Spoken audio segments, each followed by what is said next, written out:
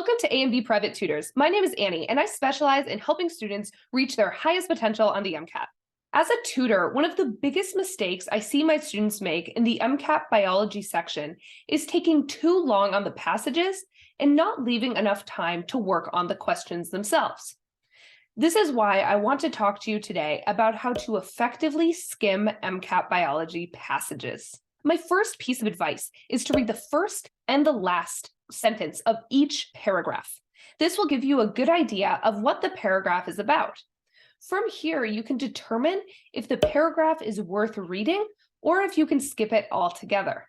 If it is worth reading, meaning it's a topic that you're not very comfortable with, I would recommend looking for these three things to read: the words within and around parentheses, italicized words, and words that signify a shift in idea. These would be words like however, despite, instead of, that tell you that the author is kind of changing the trajectory of how the paragraph was set up. These words signify that the sentence after them is something different from the rest of the paragraph and could be a new idea to you.